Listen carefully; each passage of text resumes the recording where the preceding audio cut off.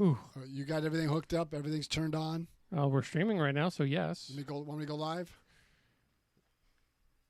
Yes. Oh, wait. I got to check. Oh, shit. I can say shit because we're not on Ubaldi reports. Thanks.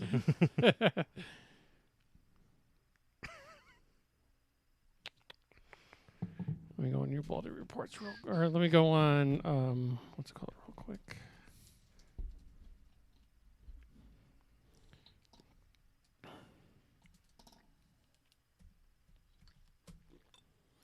Did we make our intros? What do you mean? Well, you should put in the chat John Ubaldi this, and I should put Joe Bitts this, and he should put Raymond Krause this to describe identify who the people are talking. Okay. So and that then way they know what we are. Okay. So when they come in later in the show, they could just see it Okay. So where do we put that? in the comments. Where? When you go live, when you go live, it's in the. You just Okay. put it in and the comments. what I can do is I can access your account through my phone, Do that. and then I'll go to mine, and then Ray, you just put yours in. But right now, Okay. So we go live. well, no, I gotta change over all the stuff in the restream. Okay. Do.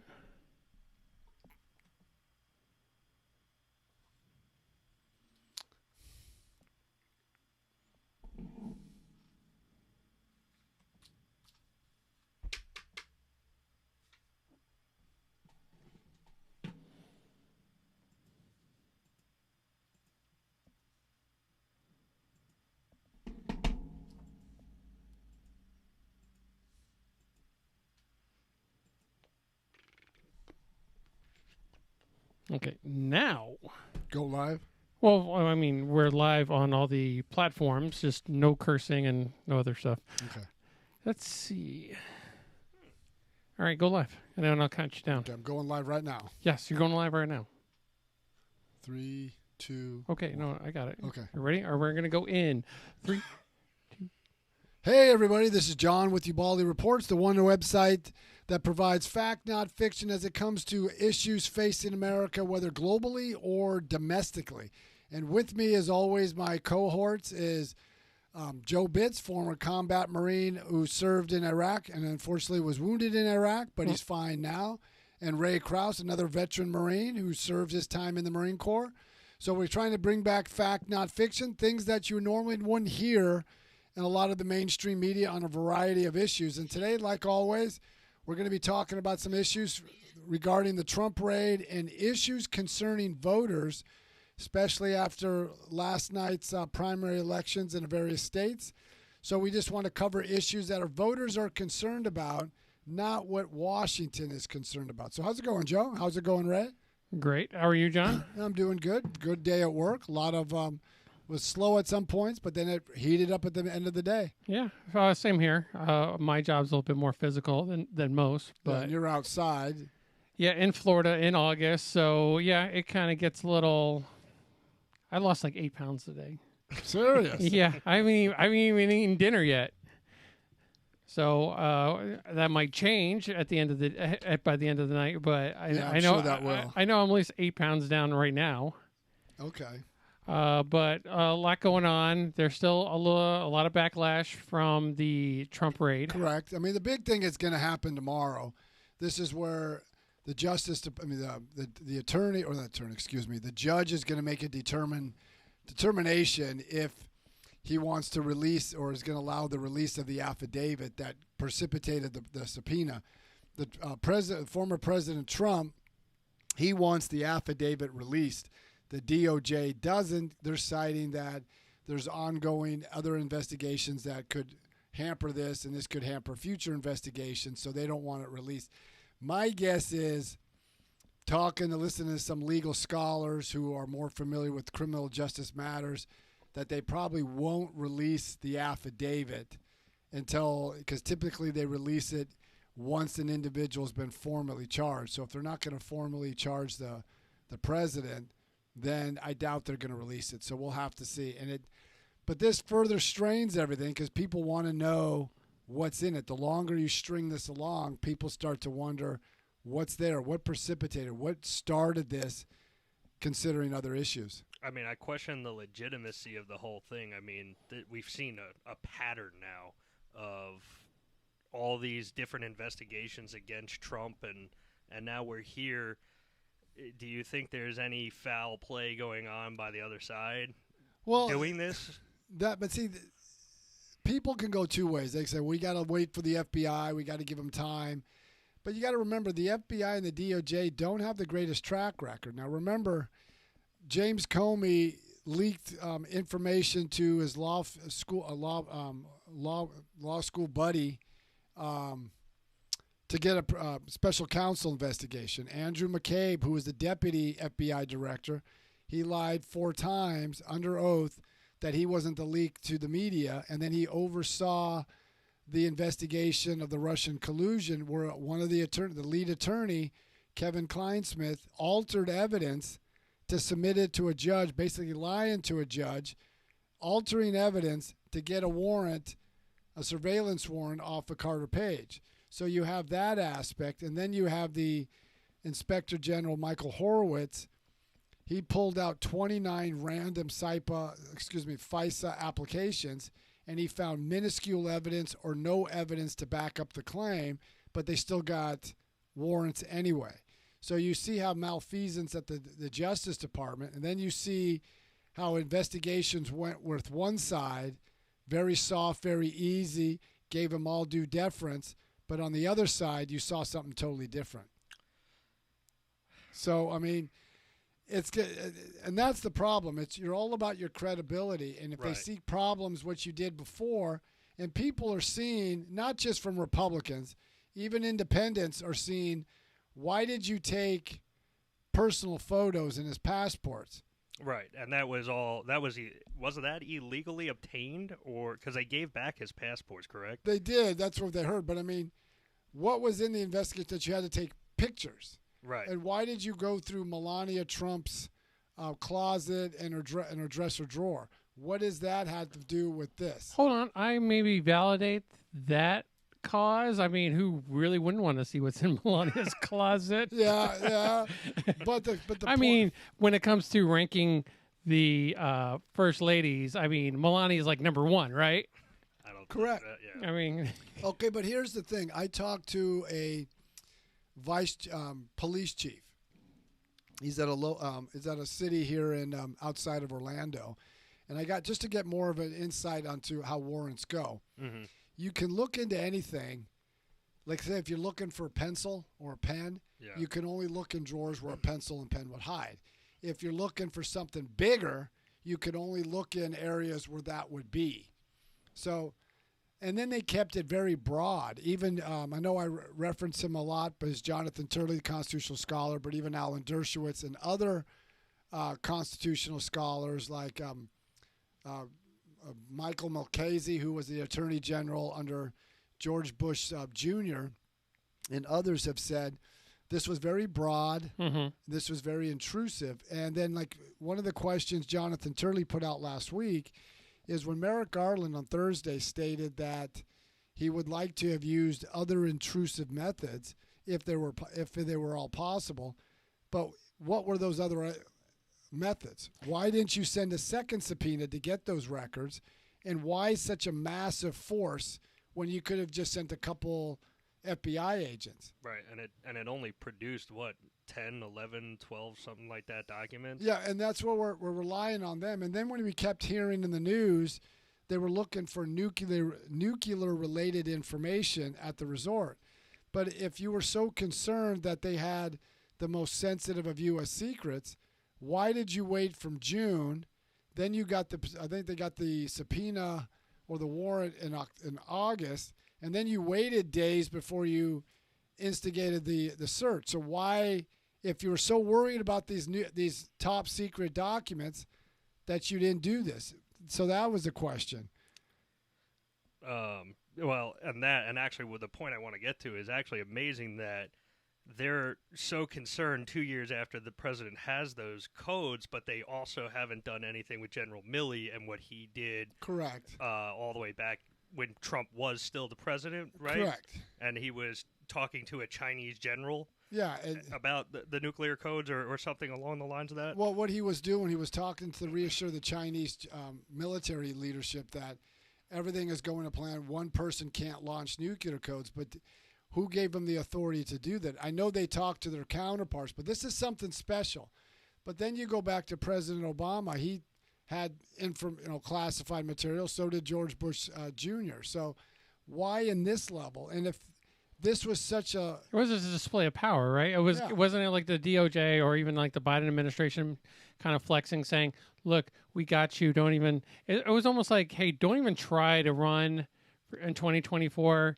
We're just going to make your life a living hell. And some of the comments were like that. And then one of the charges they were looking at is espionage. Like Trump is giving secrets to the Russians, but yet Hillary Clinton had a private server where she directed all emails, including the most sensitive of U.S. secrets, to a private server. And we don't know if that was hacked by the Chinese, the Russians, the Iranians, or the North Koreans. We don't know. I want to take something out of play. I really do, because it's. I mean, it's always comparison. We have to have a valid argument without pulling Hillary email in there. I mean, if we can prove an argument, if we can prove a valid argument without throwing Hillary's emails or without throwing Hunter Biden into the whole mix of the investigation, if you can prove a good point just on them raiding Trump's home alone, I think you have a valid argument. Well, but every time people just keep on going to the well of Hillary this, Obama that. I think the reason we do, and I think you're correct on one aspect, is you got to prove your point. But when you also look in the criminal justice realm, if you're going to use the full force of the U.S. government to go, this is the first time it's ever happened. I mean, think about it. The first time in U.S. history a former president's home was raided. Now let's look at some of the past presidents, and let's say we look at Richard Nixon. Richard Nixon was forced to resign because of some malfeasance he did while in office, but they didn't raid his home. They didn't take any of his aides and pull him off aircraft, handcuff him, and strip search him. Yeah, there's a good question. All right, I'm going to take this from the Most High Child. Why did Trump take things had no business taking? The question, okay, that's a valid, good question. We don't know what was taken, what was declassified. We're only getting this information from the media. Yeah, we don't even know if there's been a crime committed. We don't know that. Yeah. I mean, it is a good question because the president can declassify everything, but we don't know what was taken. We're only relying on the FBI and the DOJ that said, we gathered this information, we gathered this material. We don't know what they gathered. Mm-hmm. Some things we do, but we're getting too much from the media, and we're seeing the DOJ cherry-picking items to release to the media. They should clam up and not release anything. So, I mean... Well, I know why defend Trump? Why not just kind of put him in the whole lot of everybody else, of Hillary and Obama and like stuff like that? Why even bother? Because the reason I think this is important, and like I said many times before, you may hate Trump, or you may like Trump, or you may be ambivalent on the whole matter. This is just politics. Both sides do it to each other. But the rule of law is paramount. Now, Alan Dershowitz made a comment. He didn't use it as a legal term, but he said it's called the shoe on the other foot. You can't complain of what the other guy's doing if you're not going to look at what your side is doing. And I've talked to, in the job I work at, because we provide law enforcement materials to state, federal, and local law enforcement officials. Mm-hmm. And I talked to a gentleman today. Law enforcement and the citizenry, you can say they're equal, but law enforcement should be one step above, meaning if they do something, because they're talking about your life, they can make your life a living hell. So if they do something, they should be held to a much higher standard than you or me. So if we lie to the FBI, we're held accountable. But if the FBI lies, nothing happens to them. So why would you have faith in our justice system or our law enforcement system if law enforcement is allowed to lie, but you're not? So I saw something good on TikTok where they were saying this gentleman was saying, okay, he didn't declassify anything. Do you have to document anything you declassify, or is it like someone's walking by with a bunch of boxes and he does like the cross and be like, you declassified? No, it doesn't work like that. There's a process how you declassify. You have to record everything that declassification. You have to have everything marked. So we don't know what was declassified and what wasn't, because we still don't know what. I mean, they labeled what they have in the boxes, but we don't officially know what was in those boxes. Was the stuff that they found even on the premises? I heard it was like in some like pool, like storage room or something like that. There were some things that were in the storage room, and back in June, I think it was the DOJ, and I can't remember what entity. They just said, well, to be secure, put a better security on it, put another lock on. So this is kind of the point that Jonathan Turley had mentioned, is if this was such a need to get those top secret documents, why did you wait from June until just recently to raid his facility? And that's a lot of like, that's almost we like don't know. But that's a loophole from like a lot of things. Like if Ray was working for me in a union type setting and I was to fire him, but I'm going to wait till after he's done working to fire him. That gives him justification to go back after me, that if whatever I did was so egregious for you to fire me, you should have fired me right then and there. And it's the same thing. What you're saying is that if he has something that is so important, they should have got it back in June, not wait all. It was almost like they were waiting for like it to be like a spectacle. Almost you're trying to make it like a spectacle. Like, look at what we're doing. We're going after former President Trump. Ooh-wee, he did some bad things. We're not going to tell you what those are, but he did some bad things. And that also goes back to the rule of law. Why is certain groups held, or certain individuals held to a higher standard or treated far differently than the other side? And I know what you said earlier in this segment of Hillary Clinton, Hunter Biden, and many constitutional scholars, when it comes to Hunter Biden, you have a laptop, you have all this information. Why aren't you putting out a special counsel just to be to have the independency that you're not doing the bidding of the president that you serve, but because a special counsel will have to issue a report, and it would highlight the potential business dealings that President Biden and his son had with China, Russia, Ukraine, and other entities. I don't think it's that big of a deal now, but it's like you said, it's definitely going to set precedent for the next coming administration, because they're just going to be like, okay, if this is what we do, guess what? We're going to look into your past, Biden, and then the same thing's going to happen to the next administration. Well, but it's even like, okay, take the January 6th committee. I know everybody's fired up about that, but you had former Vice President Dick Cheney do a campaign ad for her daughter. And he said in the thing, she's doing the right thing. She's going to make sure to go after Donald Trump. Well, the whole purpose of the January 6th committee was to investigate what happened. Now, everybody can have their opinions, but this committee is very partisan. You had the Speaker of the House, the leader of one party, denying for the first time in history the minority party to have representation. Yeah. And in this committee, unlike even Watergate was bipartisan. They had a special counsel go through.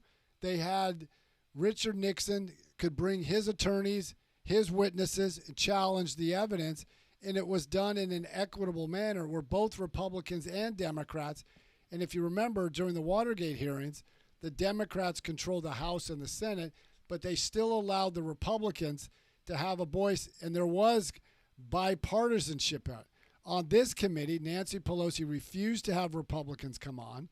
They refused to have. Well, there was 2 Republicans on there. Oh yeah. but they refused to have evidence challenged. It would be like, I'm taking you to court, but only the prosecutor can bring witnesses up. Only the prosecutor can bring up evidence. You can't challenge that. And then at the same time, the evidence they brought up, they cherry-picked it. They never talked about President Trump saying to his supporters, yeah, go to the Capitol, but protest peacefully. That wasn't brought up. And Hey, Catherine said the GOP refused to participate in the Jan 6 hearing. That's not accurate because Jim Jordan and others, so they selected who they wanted, but Nancy Pelosi refused to have those individuals seated because they wanted to bring up, if we're trying to find out what totally happened on the January 6th, why wasn't the National Guard called? President Trump asked to have the National Guard called up, but if he didn't get if he didn't get the authority from the mayor of D.C. and or Nancy Pelosi, who controls the Capitol Police, they said no. Why? Why wasn't the Capitol Police better prepared? Were they told to stand down? We don't know these answers. So I kind of like going into our next segment when it comes to the election. I think I just figured out a phrase. I'm going to coin it right now. It's called the Trump bump. The Trump bump is like if Trump backs you or endorses you as a candidate, you're more than likely to take it because it was the Trump bump that was it the Trump bump that pushed it over for Cheney? Like that kind of got knocked out Cheney? She was going to get knocked out anyway. Former Speaker of the House, Tip O'Neill, liberal Democrat from Massachusetts, said, all politics is local. Liz Cheney focused more on going against Donald Trump and less on her district, on her district or state. Now, there was a Trump bump on a lot of candidates, and as much as they say he doesn't have much voice, well over 90% of all the candidates that he supported won. But really the big issues going into the November 8th midterm elections is inflation, the economy, crime, immigration. These are the tangible issues, and Americans are fearful. I work at a law enforcement supply shop. We do sell firearms, and I have people who are coming in. This is the first time they're buying a weapon because they're scared because they're seeing crime. Mm-hmm. I know they passed the Inflation Reduction Act.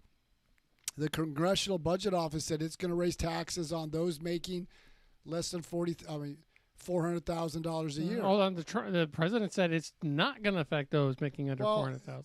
I would say he's wrong. And then you had the Congressional Budget Office said this is not going to reduce inflation.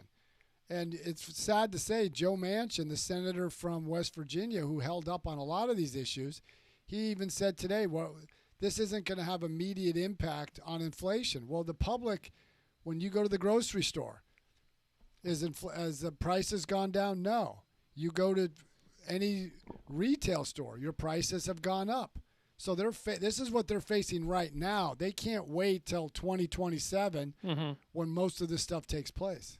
So Tony Precious Denise, hopefully I got that right, said Republicans haven't passed any legislation in 15 years.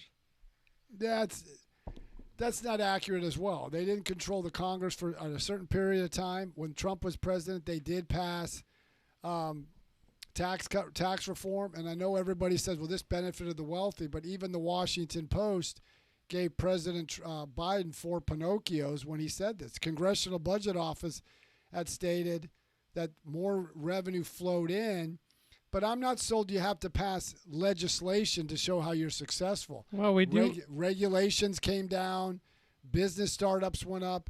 The government became more effective. So we also have Jim that says Biden doesn't control inflation. What do you say about that? And partly that's true and partly that's not. He doesn't control inflation in some aspects, but he can make it harder since he came in. One of the biggest drivers of inflation, even though it's not tied to the consumer price index, is energy. We used to be energy independent. Now we're not. Mm-hmm. But a lot of companies use energy. Fossil fuels is involved in every piece of things that you touch or wear. So when you make that more expensive, you put more regulation. And then what you've done with inflation is you spent, today that's reported, since he became into office, he spent almost $4 trillion. Mm-hmm. So you spent money on the demand side, but you've never fixed the supply side, meaning we still got supply chain disruptions. We still have baby formula shortages. We still have, and businesses are I work at a business. we ship things and we're still having shortages or supply chains that we don't get our items that we need. Well, everybody should know that Trump, back in the beginning of his presidency, he passed the Inflation Act, and it was supposed to be starting to come to fruition in 2022. So I guess that's how it works. What if? No, I was just trying. Okay. But also, Mr. Tom Fusco, he says that you're not accurate, which I beg to differ. But he says they gave the rich people a huge tax break, but that was almost worked as like Reagan's trickle down economics, where a lot of these businesses were getting huge tax breaks and they were giving bonuses to their employees. Well, no, that's not accurate, because there's Tax Foundation, Congressional Budget Office. Those that benefited from their tax cut were at the bottom spectrum of the of economics. That's why if you look at the last three, we haven't looked at Joe Biden quite as yet on this, but George Bush income increased, I think, $500 under George Bush. It was $1,500 under Barack Obama and $5,000 under Donald Trump. And as much as President Biden talks about his economic and especially unemployment, but we were still about 1.5 million jobs short, and the labor participation rate is a full percentage point and a half lower now than it was in February 2020. Mm-hmm. So what is there to look forward to? What's going to be going on in Florida? Has there been have we seen a lot of primaries kind of like shift? Not really much in Florida. In other states, there has been. But the key is the general election like I said, the issues that are impacting America is education, but the key one is the economy, inflation, education, crime, the border. I did a TikTok on it because I talked to federal, state, and local law enforcement officials, mm-hmm. and each of them that's involved in like drug task force and stuff. And I talked to one individual from the Hillsborough County Sheriff's Department, who's on a drug task force and does street crime. And I go, what's the big drug on the street? And he goes, fentanyl. I talked to a federal law enforcement official who deals with customs, working with the Coast Guard outside in the harbors of Tampa mm-hmm. and then Miami. I go, what's the biggest drug coming in? He goes, fentanyl. Fentanyl is pouring across the border. So I think the reason why President Biden doesn't deal with immigration, and because if he had to deal with the fentanyl crisis, then people would ask him, why there's over 2 million illegal immigrants pouring across the border? And that's why you see the spat between Governor Abbott, the governor of Texas, and the mayor, Eric Adams of New York, and Muriel Bowser, the mayor of Washington, D.C., because he's shipping these migrants to New York and D.C. These are sanctuary cities, yeah. and they're up in arms. But why? But here's the question. We don't have the infrastructure for them. Yeah, but why weren't they up in arms when President Biden, in the middle of the night, had plane loads of illegal migrants come to those cities? They were eerily silent then, but now they're vocal, they're voicing their opinions now. Why? Yeah, because it's at their front door, of course. But why weren't they complaining when President Biden sent illegals in, but they only complain when a Republican does it? Oh, I think they're just trying to play politics. It's just. Oh yeah. But we do have like a little bit of time left, and Ray's been doing his research when it comes to Second Amendment stuff, and also like seeing things that like this Inflation Reduction Bill has in store for it. But what kind of things have you discovered along the way? Well, I have discovered the weaponization of the IRS, an accounting agency. The approval was officially $700,000 worth of ammunition sold by the U.S. government to the accounting agency. Okay. Say that. And then they just got approved with 4,500 quote-unquote assault weapons, as we know, semi-automatic rifles. Yeah. So they're trying to take away our rifles, but they're trying to give themselves theirs. Well, and they are one of the many agencies that the federal government has that is exempt from their make-believe assault weapons ban.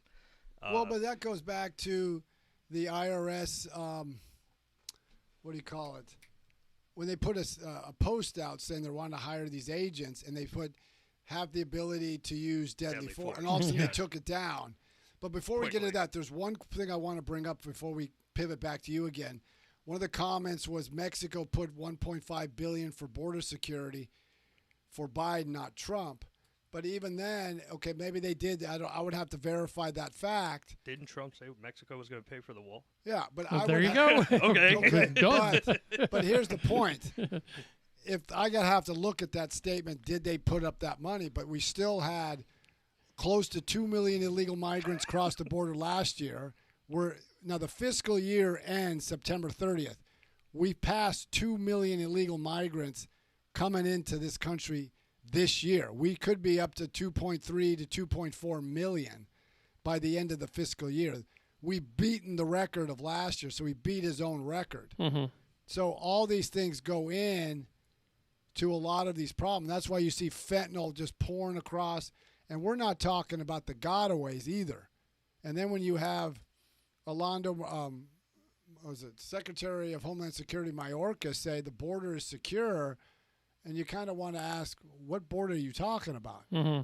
So here's a question that I have for you then. How come Eric Adams, the mayor of New York City, how come he's all mad? How come he's mad? Because they're supposed to be welcoming the illegal immigrants, and Texas is overflooded, so they're sending them to New York City. Shouldn't they be welcoming them? And that's the point, because he's mad at he's mad at Greg Abbott. But like I said earlier, why wasn't he upset when President Biden flew illegal migrants to New York City? And they didn't welcome them. They didn't do anything. But yet when they come now, they got all the media coverage. There was no media coverage then. So it's not a big deal. So it's not a big deal when a Democrat does it, but when a Republican does it, they're always playing politics. And considering when you've got 10,000, close to 10,000 a day coming across, that's overwhelming those border cities. There are only 30,000 people, like Ubaldi, Texas. A city about, 30,000? Yeah. Can they handle 10,000 a day? No. It just can't. It's wrong, and it's playing politics. And I wish the media would also hold the president to account. What are you doing about the fentanyl crisis? That kills more people between the ages of 18 and 49 than the top 6 diseases, including the coronavirus. All right, John. So people, they have a lot of questions, and if they weren't answered or do they have something to ask or tell you via email, how can they do that? You can go to ubaldireports@gmail.com. That's ubaldireports@gmail.com. Or you can check us on all the social media sites. We do things on TikTok as well. I do appreciate, we may not agree on every issue, but I do agree with all the comments that come in. Mm-hmm. I think it's important to have a dialogue. We may not agree, but at least we can discuss this in rational manner. And I appreciate everybody was pretty civil about that. So I appreciate my co-hosts Joe and Ray for questions and helping out on this. And we're trying to do this every day. So hopefully we can get some what do you call it? Advertisers, so we can do this every day, and then we can get better things, and we can provide more information to the American people, so you can make up your own decision and vote the way you want to vote. All right. So everybody have a great day, and we will talk to you soon. And keep listening to Ubaldi Reports.